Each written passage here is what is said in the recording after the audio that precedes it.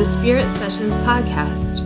I'm your guide, Katie Silcox, bringing you your weekly self-love soundbite. Join us, where I'll help you find your true spiritual home, where every single aspect of you is holy ground, holy ground, holy ground, holy ground.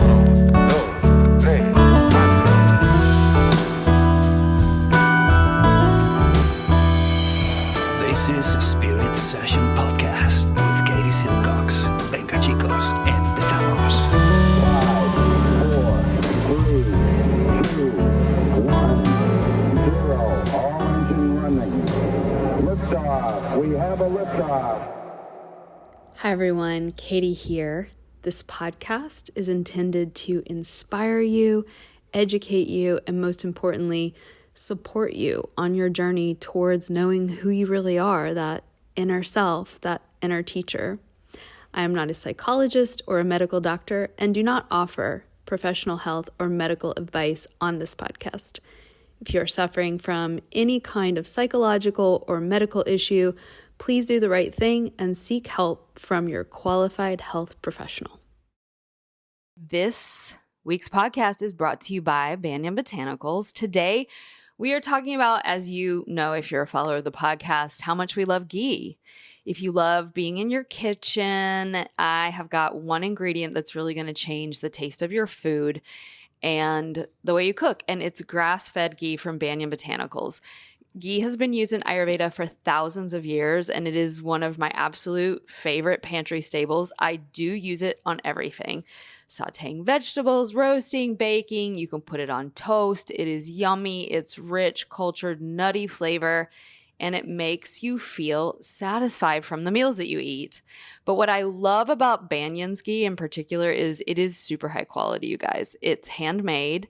They do it in small batches. They use organic cultured butter from pasture-raised, grass-fed cows on small family farms in Northern California. And you can really taste all of that love and care that goes into it. So if you need a super versatile cooking oil that's rooted in Ayurveda tradition and made with thoughtfully sourced ingredients, I definitely recommend giving Banyan Botanicals grass-fed ghee a try. You can find it at banyanbotanicals.com/Katie. And I'll put the link in the show notes. That's banyanbotanicals.com/Katie. Hey everyone, it's your Ayurveda Gal Friday. Katie here with a really cool episode. We had this class last week in our level 2 program. It was called Deepening Your Feminine Form Ayurveda. And, you know, one of the things that makes our school really special and unique is that we highly emphasize the feminine and also the divine masculine, but especially the feminine. And there can be a little bit of like nebulosity and confusion around, well, what does that mean? What does that really mean? And obviously we all can have our own interpretation. That's the beauty of it. But this is my interpretation in our last class in level 2, Deepening Your Feminine Form. And it was so sweet. And there was just such a positive reaction to it that I thought it would be great to share this with you all in the podcast. If you're considering our level 1 or our level 2 program, everything we do is steeped in these principles that we go over here in this talk and the short practice at the end. I hope that it inspires your heart. I hope it helps you soften the armoring, and I hope it makes you feel the true courage that comes from stepping into love. All right, everyone, hope you're having a great summer, and make sure to check out the links in our bios for all the amazing stuff going on right now.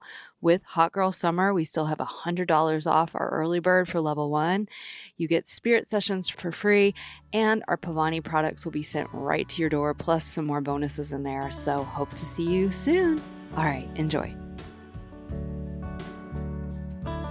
Hello, how's everybody doing today? Good to be with you all. One of the number one questions that we get when people think about joining the Shakti school, and so some of those people might have been you, is what is this divine feminine thing? What is it? Or we get, I'm joining the school because of the divine feminine thing. Some of you heard about us and heard about this perhaps unique approach to not just Ayurveda, but life, that hopefully conveyed the message that in this place, we are going to honor your sovereignty and your intuition and your unique sacred mandala that is your spiritual path, that is completely unique to you. And that for us at Shakti School is holy ground. It's completely personal. It's the most intimate thing we have. More intimate than our relationships, more intimate than our work, more intimate than even our relationship to our children or our sexual intimacy. There is a level of sacred intimacy that is you with you and you with God and you with the earth that is 100% personal, sacred, unique, and holy, holy, holy ground. How can I say that with such conviction? And it is because I've watched women over and over and over again, both when I've worked with people one-on-one, but also through the now thousands of people that have come through our school. I've watched the way that the very unique, personal, past experience of a woman, when she opens to feeling it, to seeing it, to looking at herself, that deeply unique thing that has happened in the past to her, good, bad, and ugly, becomes this magical formula for her unique enlightenment, for her unique awakening. And it is so unbelievably mysterious that I think anyone who has tasted it feels like a fool to think that they might have some kind of formula for getting it to happen again in someone else, or even in that same woman. We are absolutely on a unique personal journey here. And I've also watched the way that this unique thing that feels so unbelievably personal and is so unbelievably sacred, our relationship to divinity and to the mystery and to God and the goddess, all of this personal relationship is also at its core 100% universal. When we reach the core of the root of the root of the core of our own wound, that is so unbelievably unique, we meet this place that is absolutely the same in me as it is in you. And so this thing that feels like duality, my uniqueness, my story, my journey, my personal history, that is very much yours, suddenly is held within the everything and the everybody. So when people ask us, what is this divine feminine thing? It's really hard to give an answer, because by nature, the feminine does not like to be put into boxes. She burns them down. She breaks every single category. She burns every single structure. She breaks all the chains. She also breaks all the nice, cozy, comfy nests that we create for ourselves. Eventually, she eats them all. So today we're going to be deepening our practice in relationship to the divine feminine, and I am terrified in the best of ways. Because there's an old adage that says, be careful when you invite in the goddess, because she might just show up. She has many different faces. And so when we think about what makes this place unique and what makes, I think, this school really special, is that we endeavor to be brave enough to actually have a relationship to this lightning bolt energy. So she's known by many names. Remember, she doesn't love them all, you know.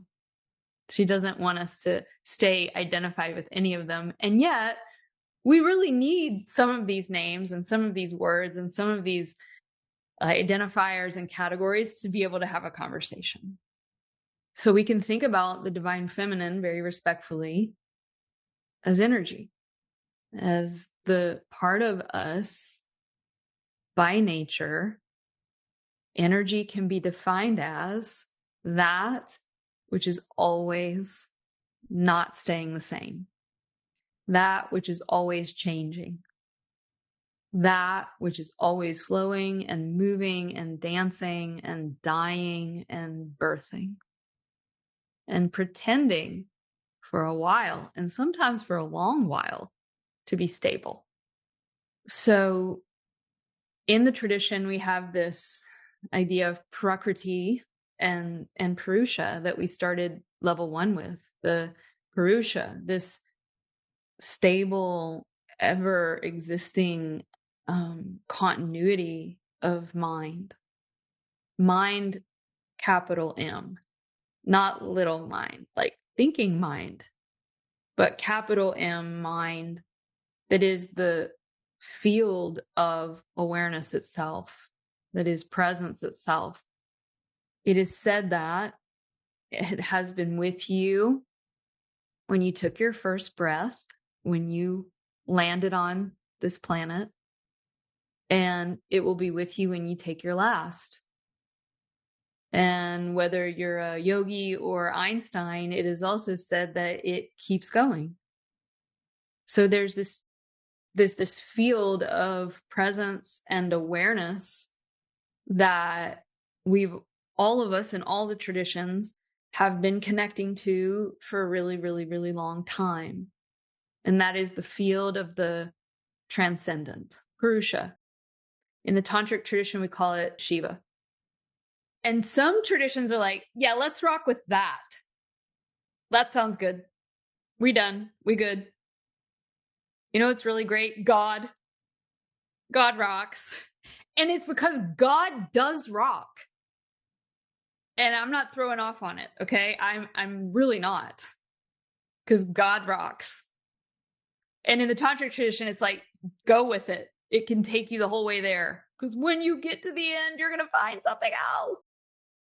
And then there are other traditions that are like, and they're a little bit more rare, where we got this other thing, right? And it's called prakruti.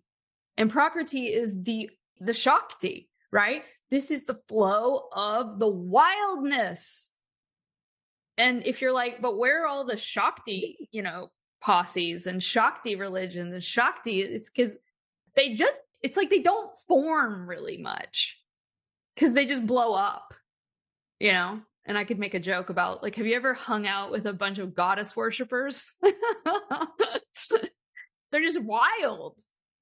So you could also just be like, we're just doing Shakti. That's why I, inside my mind, call this the Shiva Shakti school or the Shakti Shiva school, because Shakti, saith the ancient tradition, without Shiva is wild and chaotic and has the tendency towards chaos. It's too volatile. You cannot hold it. Well, you can learn to hold it. But how do you do that? You need Shiva. Shiva is the structure. Shiva is the blanket. Shiva is that infinite loving yes that can hold all of the chaos and wildness of a human experience. And so the teachings say Shakti without Shiva is just pure chaos. It's actually Shakti who needs her structure to flow through. She needs that calm, that stability, that returning to her practice in order to be able to flow. And it's why we build buildings, and it's why we have indoor plumbing, and it's why we created an iPhone. It's a methodology for channeling that which is chaotic. And the teachings say, but wait, there's more. Shiva without Shakti is just dead. Boring. Have you ever been to a religious ceremony and been like, boring? It's just empty chanting or empty speaking or empty. One of my Tantra teachers, Vimalananda, used to say, without Shakti, it's like putting lipstick on a corpse. Shakti is the life. Shakti is the fire and the electricity and the passion and the longing and the desire and the prana that longs for the divine, that lives for the divine, that mourns when he's not there, that rejoices when he is. And Shiva is the one in you who says, no matter what, I'm here. And I'm not just here, but I am never, ever, ever judging you. In the Christian tradition, we have a beautiful concept of already forgiven. Already forgiven. So this dance that I've just kind of spoken about, we could speak about it a number of different ways. That's just how I spoke of it today. Isn't just a religious concept. It's the fundamental nature of reality itself. We could take all of the poetry out of it. We could take all of the passion. We could take all of the spirituality from it. But, it doesn't mean it's not pretty miraculous. And we could go to the quantum level where we're actually able to observe the way that reality is just sound and light, pulsation, vibration. And we can witness the way that in quantum physics, we've been able to show experimentally the way that when we observe these waves of sound and light, the very act of observing them changes them.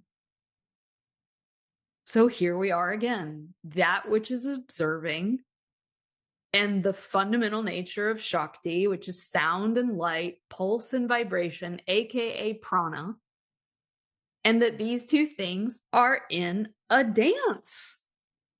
What you pay attention to grows, changes, dissolves, resolves. There's a secret serum called presence that has a big positive effect on things. We can call it mantra, we can call it prayer, we can call it meditation, we can call it lovemaking, but when you pay attention to things with love and without judgment, they evolve into the apex of what this mystery wants things to become. And when they become the apex of what this thing wants them to become, something banana sandwich happens. And that is, oh my God, I've been this all along. And I call that God winking at us from above and below and all sides. We're in this dance of the mystery. We can look to our friends in the quantum theory world at the University of Ottawa have found there's a mysterious dance happening called quantum entanglement of photons captured in real time. Quantum entanglement is what the tantrics called the dance of Shiva and Shakti. And look what they found. Do you all recognize the symbol? So you guys see it? Your brain. Researchers at the University of Ottawa, in collaboration with the Italians in Rome, recently demonstrated a novel technique that allows the visualization of the wave function of two entangled photons, the elemental particles that constitute light, in real time. And here we can see in a single atom the state of their quantum entanglement. And it's the yin and the yang symbol. Here it is on a quantum level, this dance of sound and light. This dance of presence and energy. And so you are made up of those things. Your physical body is but a gross in the sense of dense representation of more and more and more subtle layers of this dance. And at the finest level, it is pure awareness and fundamental energy. When we bring these two things together, it is nuclear. It's, in the tantric tradition, the way in which we are asleep to this divine dance and to our own divine nature is called kundalini. Kundalini, Lini, she who dwells in the kunda. Kunda means a bowl. We could talk about it from all the layers of our chakras and our consciousness, but how about just this one? Pelvis? Here's a bowl. We could also have the bowl of your rib cage, but this one's really important. This pelvis. So there is a force that lives, dwells, if you will, in your bowl. And the extent to which I am asleep to it is the extent to which it's asleep. And the extent to which it starts to, you've heard the kundalini starts to wake up, right? And the extent to which it's awake, it's no longer called kundalini, it's called prana shakti, the power of fundamental energy moving unimpeded. So when people say, oh, it's my kundalini, what they should actually say is, it's my kundalini that's now not kundalini anymore. It's awake. If it's still kundalini, it's asleep. So what are we doing here? Well, all of us have stuff blocking it from moving freely. What is that? Lots of stuff. Physical tension because you were on a long flight? Sure. But more likely, long-held movement patterns based on unintegrated emotional experiences and psychological experiences from the past that, through usually no fault of your own, you just couldn't deal with. And so you said, oh no, I don't want to feel that, or I can't feel that. And you're like, just stay down. Just stay down there. Just stay down here. And we, through no fault of our own, no shame, no blame, we just go, no. We put it down there. Another way we could talk about this is, as we've talked about multiple times throughout your career here, we could speak about it from a completely different perspective that some of you might find more relatable. And that is, when something happens in the past that's too intense or overwhelming, we have fight and flight and freeze patterns that don't get to naturally complete themselves. They don't find integration and they don't find digestion. So those patterns, again, get kind of coded into the system, held often as physical tension, emotional dysregulation, numbness, pain. Those are the main ones. And we kind of get stuck in that way. Things get sticky. And even if you seem reactive, it's still stuck energy. There's this thing that's pushing down on this free flow of your natural emotion and your natural prana. And if you're like, this sounds like a big fat bummer, don't worry. Human beings have been dealing with this for thousands and thousands of years, and they've been curious about it, and they've had different language around it according to different traditions.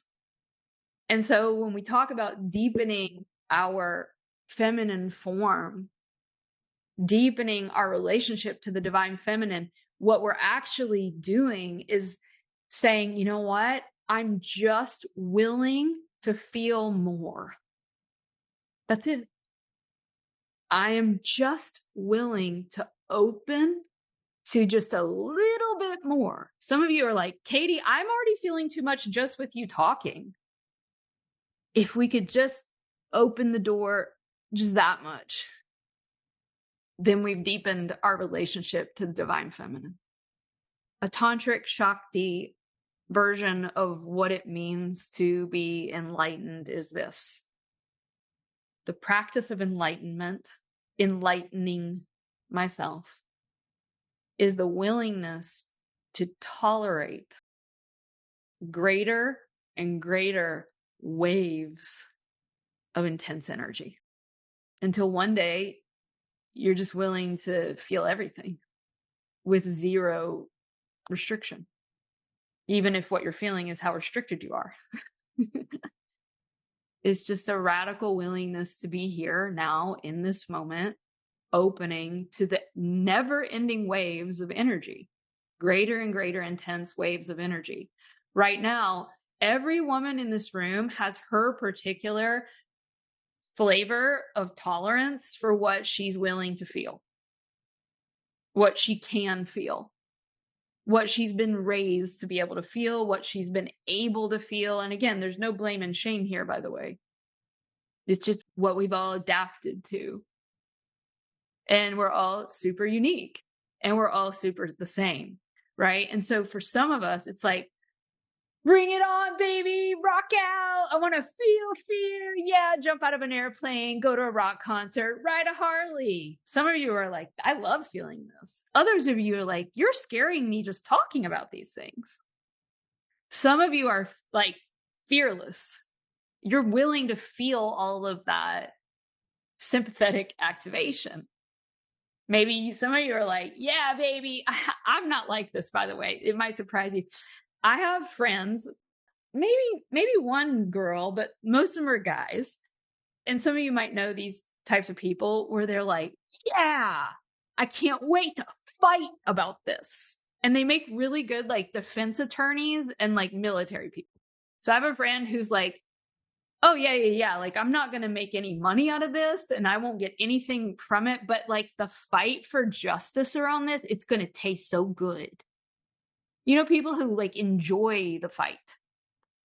I am the opposite. I'm like, I'll pay you not to have to fight about this. Some of you, and these are usually not the people I was just talking about, by the way, are like, oh, I can feel, how sad this movie is. I cry so easily. I'm crying right now, right? Like there's this willingness to feel the epic sorrow that is the human condition. We are very tuned to the compassion, right? Oh, I'm so sad. Oh, these children. Oh, these puppy dogs. Like, oh, bleeding hearts. It's a thing.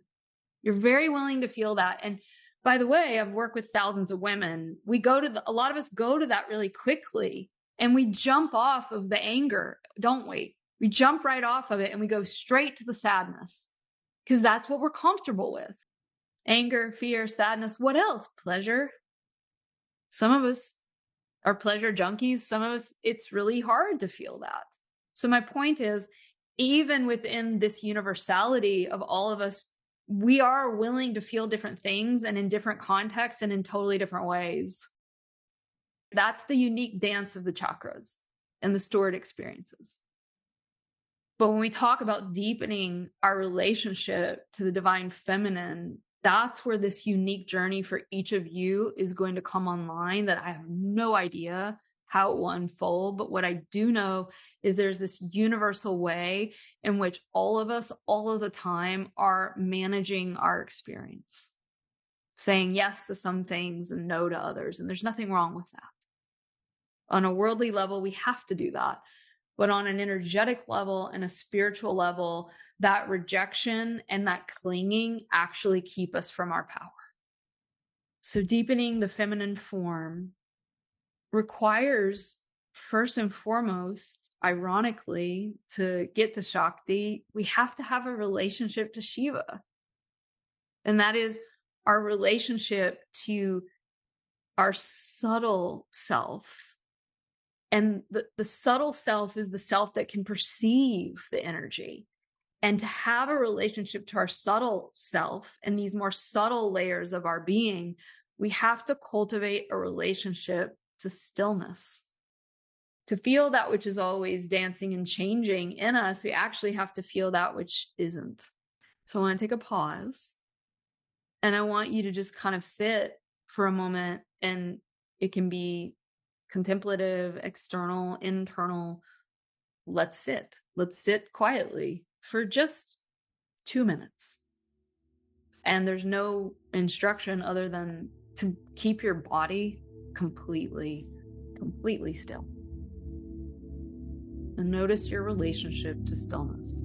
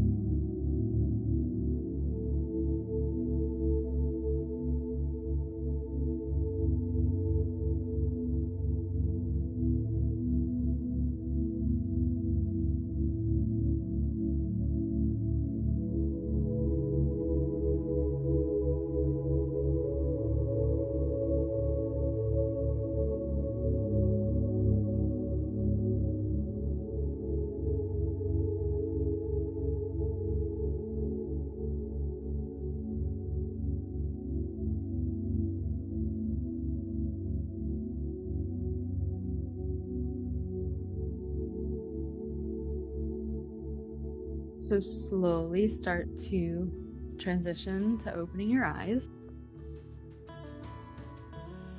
All right, everyone, have a great evening, and sending you all much love. A big special thanks to Kevin Carlisle of Goodbye Gemini, who wrote this beautiful podcast music, and to DJ Juan Pablo Jimenez in southern Spain for mixing it and making it magic.